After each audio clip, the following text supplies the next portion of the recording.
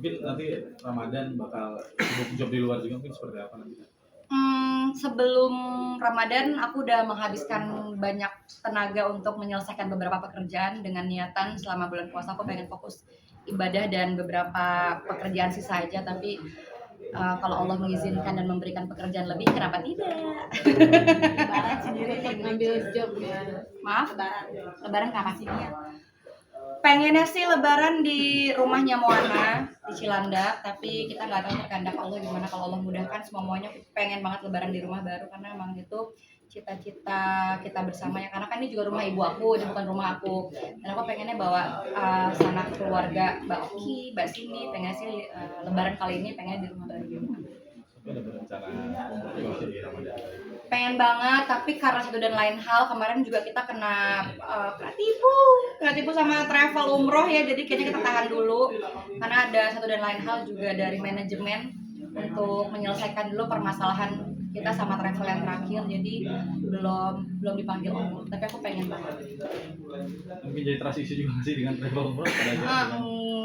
Itu sih sebenarnya aku pergi nggak pergi itu nggak jadi tuntutan banget karena kan itu sebenarnya panggilan Allah juga. Pun kalau kita udah bersiap diri, kita udah sampai bandara pun kalau emang Allah tidak mengizinkan untuk pergi ya berarti belum panggilan. Jadi itu nggak menjadi hal yang gimana. Tapi kalau dari hati yang paling dalam pengen banget. Tapi setiap bulan Ramadan Moana excited nggak sih? Karena dia sebenarnya belum ngerti banget, excitednya ya cuman sekedar aku mau kayak ibu, aku juga mau, aku mau gitu. Dia belum ngerti yang harus wajib ini, wajib itu. Dia juga sholat tarawih juga cuman ikut-ikutan tanpa tahu maknanya, tanpa apa segala macam karena masih terlalu kecil juga. Jadi karena umur dia masih terlalu dini, jadi aku hanya mencontohkan dengan apa yang aku lakukan. Karena takutnya kalau terlalu banyak dia kasih tahu dengan kata-kata, takutnya dia malah pusing, bingung sendiri. Jadi kayaknya mencontohkan yang terbaik adalah dengan mencontohkan dengan perilaku kita sendiri.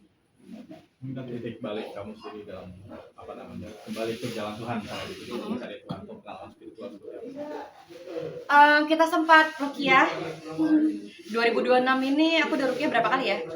Udahlah, ada banyak ada berkali-kali. Kita juga sempat ikut kajian tentunya, dan juga banyak ngobrol sama keluarga, kembali lagi ke keluarga, dan juga banyak sharing sama para tokoh-tokoh agama juga, sama aku sendiri juga tentunya. Kita juga banyak ngobrol, banyak minta ilmu ya, karena apalah aku ini masih amat sangat bodoh sekali tentang agama, masih banyak sekali kurangnya. Jadi memang aku harus banyak sharing, banyak bertanya, dan banyak ikut kajian-kajian. Simpel sih, kayak orang pada umumnya aja.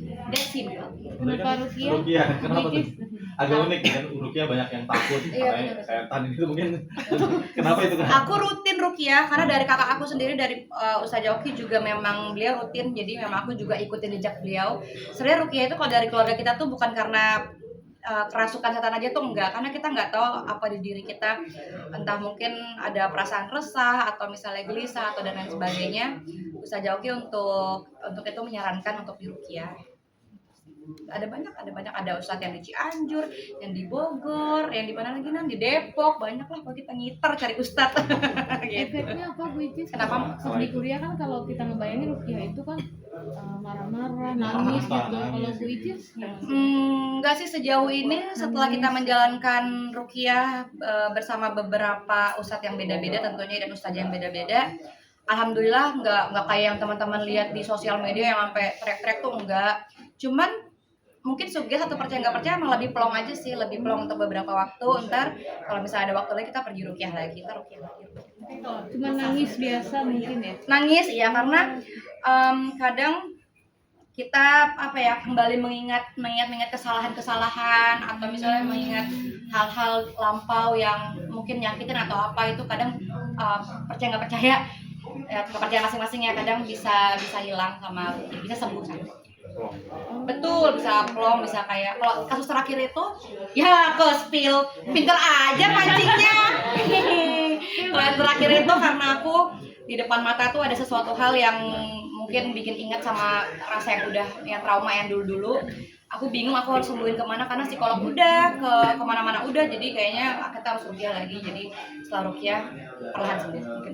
Oke, pada akhirnya sekarang sudah mulai enjoy lagi dan bangkit. Betul, karena sejak ditinggal papa tuh kayaknya rapuh ya. Jadi memang aku harus mengobati itu dulu karena hidup tanpa ayah tuh menurut aku sangat berat. Karena papa aku sudah tiada. Kenapa? Udah, dan alhamdulillah kakak aku juga udah. Mungkin karena ibu aku lagi di Mesir, jadi ibu aku belum. Tapi kita udah. Semua keluarga akan lebaran di Jakarta, Bijit sama Bijit. Nah itu kita belum tahu karena itu Uma yang punya jadwal. Tapi aku berharapnya ketika lebaran kita bisa berkumpul masing-masing. Mungkin kan tadi kan berbahas tentang ayah gitu. Mungkin Iya, Papa. seberapa yang maksudnya. Papa aku, beliau tuh adalah orang yang tegas, yang benar-benar menjadikan anaknya adalah perempuan-perempuan tangguh, dan beliau selalu bilang anak perempuannya harus sukses. Itu sih. Dan papa adalah sosok superhero. Pesan apa mungkin menjalani bulan puasa yang diingat banget bareng apa? Bareng papa dan ibu dan kakak-kakak kali ya, karena kita memang dulu tuh tidak pernah berpisah sebelum kami berpisah untuk pekerjaan satu sama lain ya. Kami memang sering berkumpul bersama, saling nyuap-nyuapan juga, suap-suapan. Papa sering suapin kita, ibu juga sering suapin kita. Dan papa dan ibuku tuh mereka berdua tuh kayak romantis gitu loh. Jadi kita kayak ngeliat orang pacaran setiap hari itu sih. Romantis orang tua aja. Kami kan Taisis suka berbagi juga nih, tidak ada fans, tidak ada karyawan. Mungkin apa itu juga dari ajaran ayah juga atau ibu mungkin pada akhirnya tetap jalankan sampai sekarang jika sudah mulai sukses gitu. Papa dan ibu selalu ngajarin apa yang kita miliki ini bukan sepenuhnya milik kita, semua cuma titipan. Dan aku juga selalu bilang apa yang aku punya bukan punya aku, semua punya titipan. Jadi emang harus dicuci dengan cara kita harus belajar.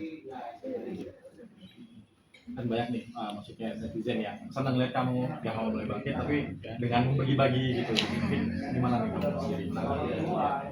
Banyak yang kagum juga dengan bagi-bagi. Sebenarnya tujuan aku tuh bukan ke sana, karena yang pertama aku tahu harta harus dicuci. Karena ini semua bukan punya aku, jadi aku bingung karena aku juga jarang keluar kan, jarang ketemu orang yang lebih membutuhkan di luar. Jadi bagi-bagi ke followers itu adalah salah satu cara untuk berterima kasih ke followers aku, karena juga tanpa mereka aku nggak bisa ada di titik ini sekarang. Jadi itu adalah bagian dari terima kasih untuk followers aku.